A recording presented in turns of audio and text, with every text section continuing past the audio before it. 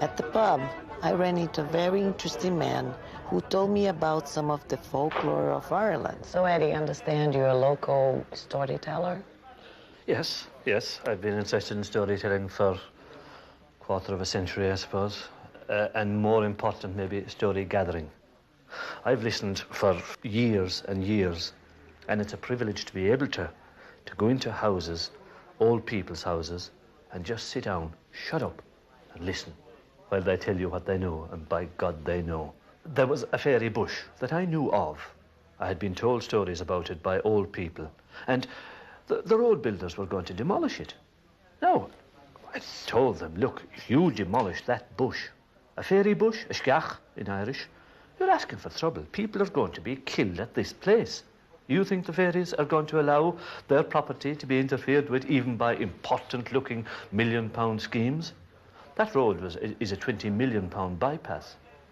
After considering it, and after a lot of publicity in the New York Times even it made, they decided they wouldn't. They'd build the road around the bush. Isn't that surely, bit of God, a sign of civilization? Not foolery, not superstition. That people would still, even today, make allowance for things spiritual. I think that's impressive. I think it is beautiful. What is a fairy bush?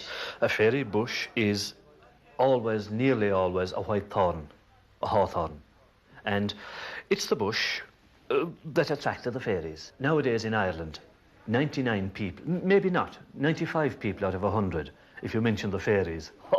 Big joke, big laugh.